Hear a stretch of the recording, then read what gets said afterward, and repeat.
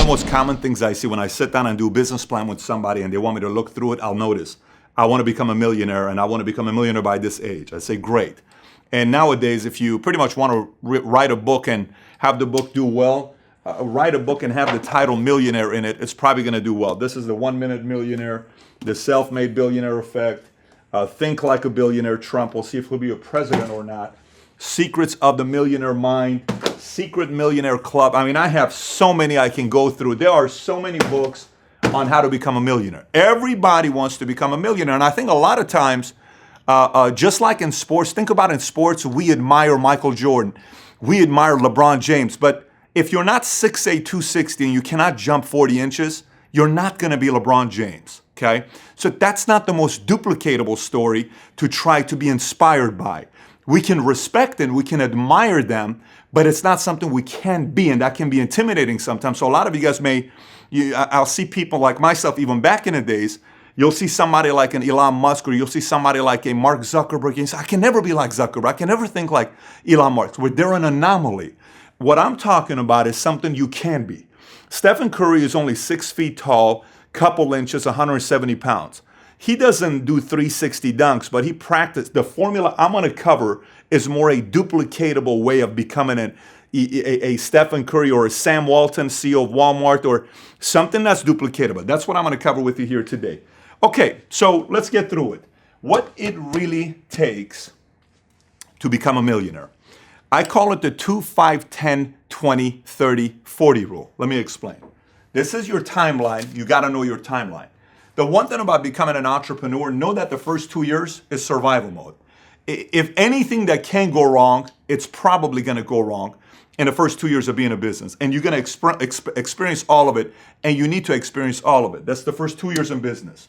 Within 5 years, if you follow the formula that I talk about, you have a shot at getting to $250,000 to $500,000 your income within 5 years. Within 10 years, you ought to be at $1 million your income. If you cover the formula I'm talking about, you'll be at $1 million your income. Then 20 years is 10 million, 30 years, 100 million, 40 years, $1 billion. But the formula is a formula that's duplicatable to everybody. So let's start off with the formula.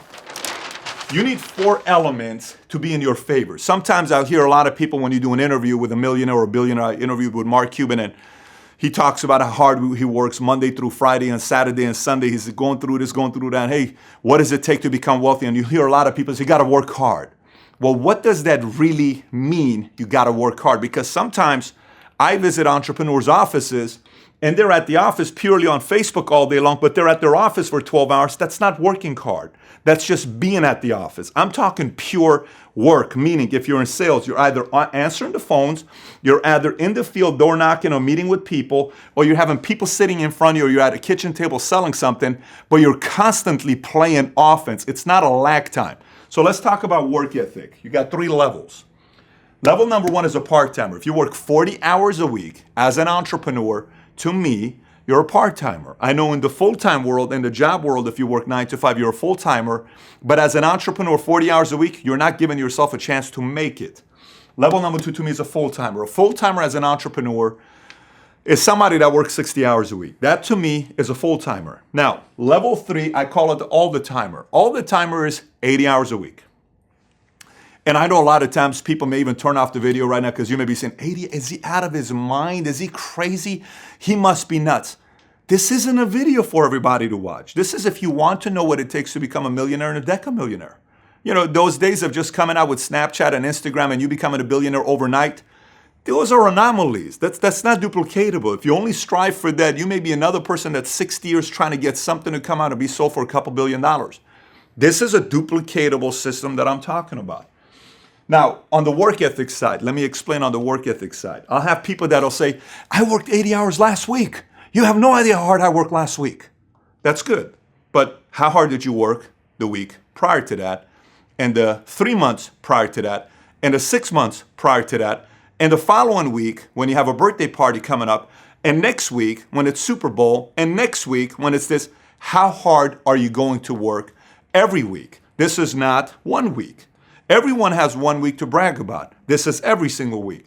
You may have a week you don't feel like working, and all the timer still shows up. A part-timer only shows up when they feel like it, and all the timer, whether you feel like it or not, they show up. Now, second element is personal growth speed. Let me explain personal growth speed.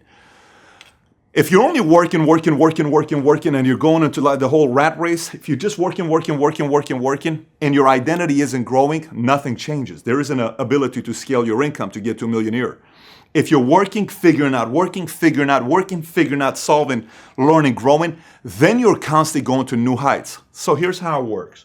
Level one, if you average 24 books a year, 2 books a month that you're feeding your mind, that's a part-timer. If you average 4 books a month, that's a full-timer. Average CEO reads 56 books per year. If you read an all-the-timer, if you read 8 books a month, 100 a year, to me, you're an all-the-timer. You're constantly feeding your mind.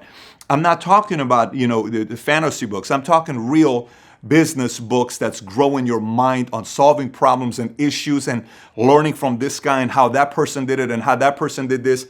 You're learning, you're growing, it's helping you figure things out. That's an all-the-timer. So far we covered work ethic and we covered personal growth speed. Element number 3 is how many start stops you have as you're running your business. You rarely hear us talking about this. Listen, I am by far not the smartest guy. I'm not the most talented guy. I don't come from a family of wealth. My father was a cashier at a 99-cent store in Inglewood, 1.8 GPA kid. I went to the Army. I took an ASVAB, got a 31 on my ASVAB. This is not a product of I'm supposed to do whatever I'm supposed to do and be running a, whatever multi-million dollar company and doing I'm not supposed to be where I'm at right now. I'm supposed to be a statistic. That's what I'm supposed to be doing. But I watch a lot of my competitors who are sharper than me, degrees, better family, better market, better upbringing. They knew how to play golf very well from a young age so they could go and network with other people and their score was very good. Just pure form, great, all that stuff. But they had a challenge that no one sees. You don't see it. You don't visualize. This is something nobody ever sees. And it start-stops. Let me explain what this is. A part-timer typically has 2 to 4 distractions per year, setbacks per year. Let me explain what this means. This may sound a little cold, and some people may say, well, Pat, that's absolutely cold. Yeah, you can't think like that. A part-timer has 2 to 4 distractions per year. It could be a bankruptcy sets them back for 2 months. It could be a breakup. To recover from a breakup takes them 6 months. It could be a loss of a loved one, a relationship didn't work out, something that happens to them, they are devastated for way too long. That's a part-timer, 2 to 4 setbacks per year. A full-timer to me is 1 distraction per year. So they'll have business, everything's going right, and boom, something happens, they're gone for 6 weeks. Now they have to go and start the momentum all over again because they don't know how to handle distractions.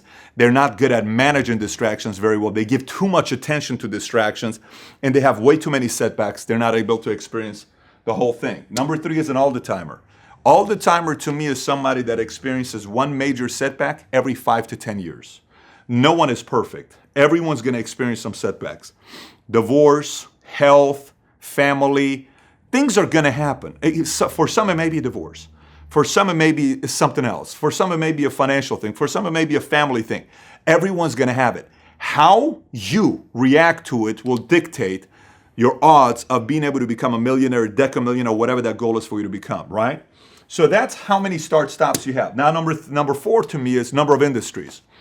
A part-timer changes industries as quickly as an 18-year-old changes boyfriends and girlfriends. It's just a new industry again, a new industry again, a new industry again. So you're talking about a part-timer changes new industry every 2 to 4 years.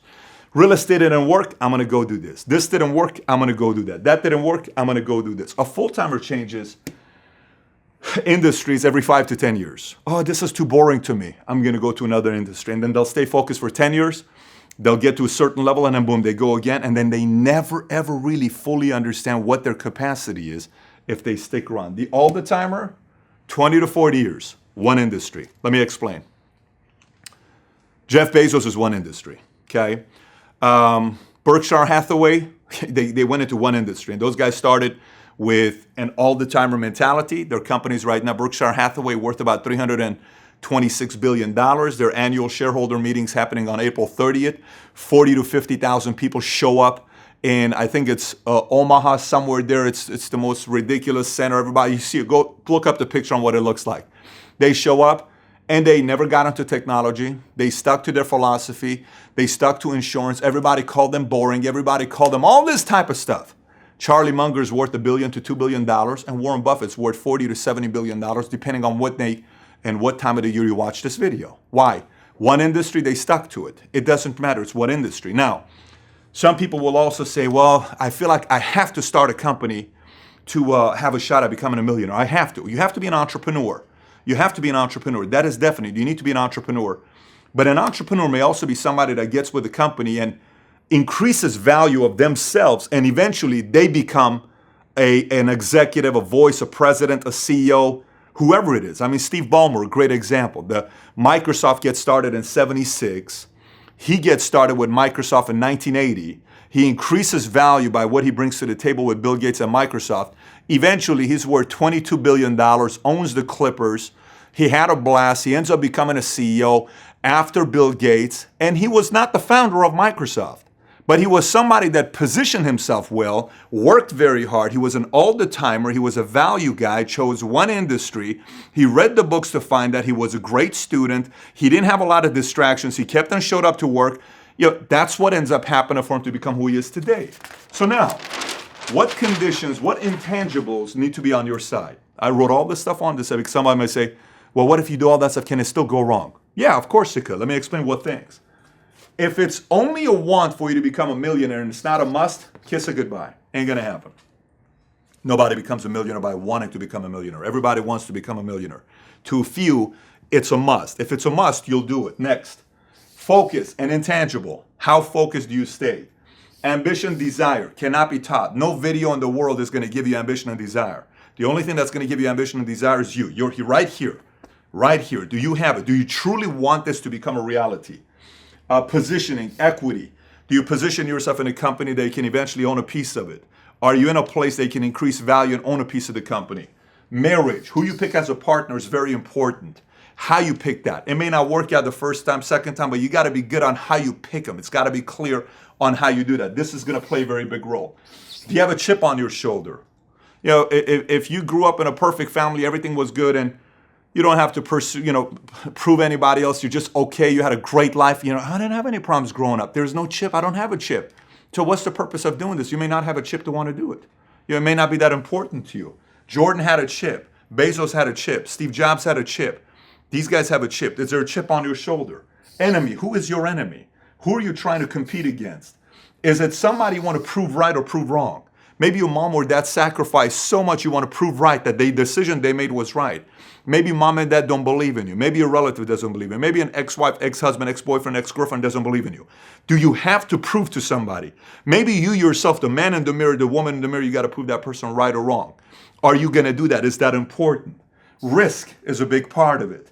Value. Do you increase your value wherever you're working at? Your decision-making process. This has got to be one of the best. Friends, association. Do you constantly revert back to friends and associations that teach you the bad habits, that gets you to work backwards? Are you pretty focused? Do you constantly revert back to bad habits? Do you do that? Luck and timing. That's also part of it. Positioning, timing is a part of it. But look, in reality of it, everything I covered with you, somebody may watch this and say, 80 hours a week? I'm already tired watching this video. This video may not have a lot of views because somebody may watch this video and say, 80 hours? I don't want to watch any more of it. That's totally fine. But if you're still watching it and you're saying, man, I want to be an all-the-timer, you got to be a little bit crazy. You got to be a little bit of a maniac.